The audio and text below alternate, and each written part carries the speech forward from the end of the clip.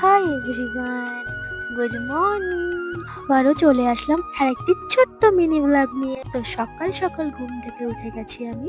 বাইরে বেরিয়ে দেখি সবার কাজ চালু হয়ে গেছে, সবাই কাজে ব্যস্ত হয়ে পড়েছে। আমারই ঘুম থেকে উঠতে দেরি হয়ে গেছে।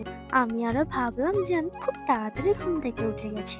যাই হোক, এই দেখো এখানে সবাই কাজ করছে। আমার কাকা, একটু বলি ক্যামেরার দিকে তাকাও, তাও তাকাতেই চায় না। আর এখানে আমার বাবা কাজ করছে।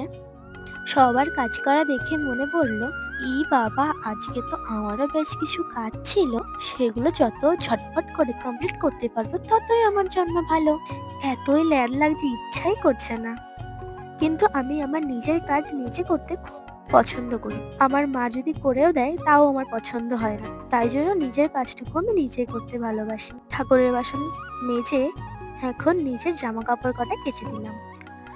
ওহ, খুব যে শান্তি, শান্তি না অশান্তি। তো তারপরে আমি একেবারে স্নান করে নিয়েছি। স্নান করে নিয়ে পুজো দিয়ে দিয়েছি। এই যে আমার গপ্পু, আমার ভোলানাথ। আমাকে কিন্তু অবশ্যই বলতে ভুলো না যে আমার ভিডিওটা তোমার কেমন লাগলো। ঠাকুর পুজো দেওয়া কমপ্লিট হয়ে গেলে আয়নার সামনে একটু ঢংচং করতে ভুলি না। এই দেখো তারি। যাই হোক, আমার ভিডিওটা ভালো লাগলে একটা লাইক করে দিও আর ফলো করতে একদমই ভুলো না। Thanks for watching. টাটা।